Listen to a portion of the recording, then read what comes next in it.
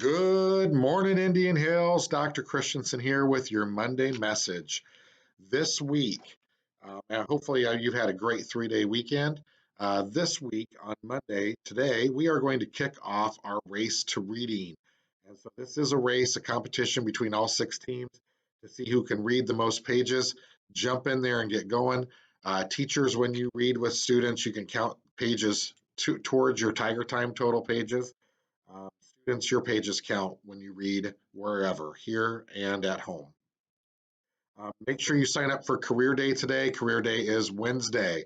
Our parent group and Mr. Sinram have worked a ton to have all kinds of options for you for Career Day. So excited for that to happen.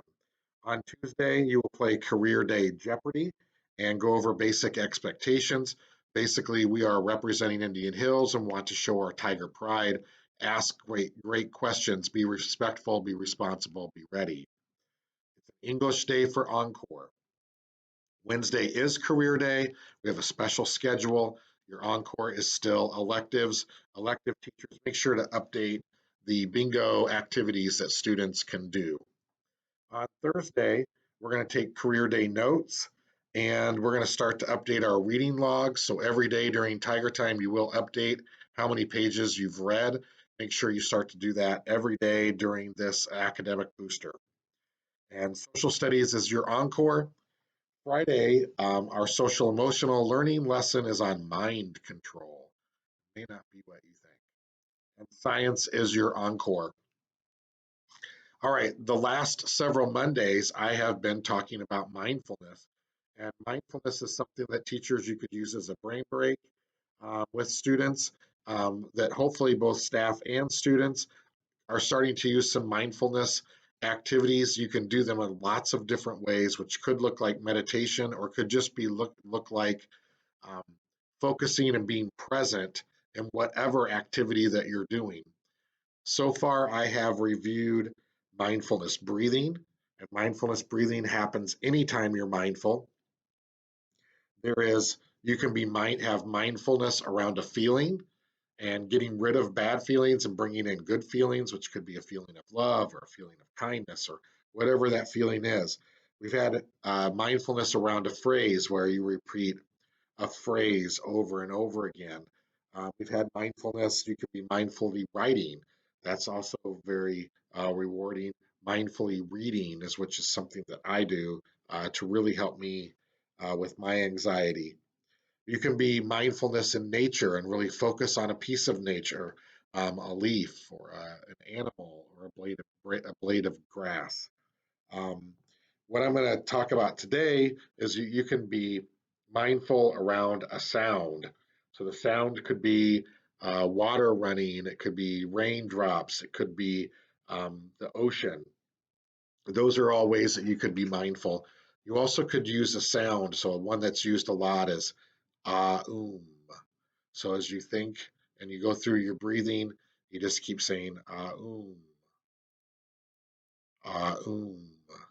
And you keep that phrase. And if all of a sudden your mind starts to go away and start to think about something else, it's okay. You catch it and you go back to saying the sound ah. And it can be any sound as long as it's kind of calming. Um, so those are sounds, and you just get into the practice of staying focused on the sound or the writing or the feeling.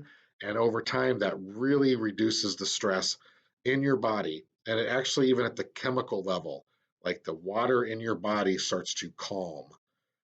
Very important for us to keep doing this. There's even mindfulness in work. So you're out working in the yard and you're raking or you're mowing. That is a mindful time also. So lots of ways to be mindful and just be present in the moment. It is the only moment that we have control over.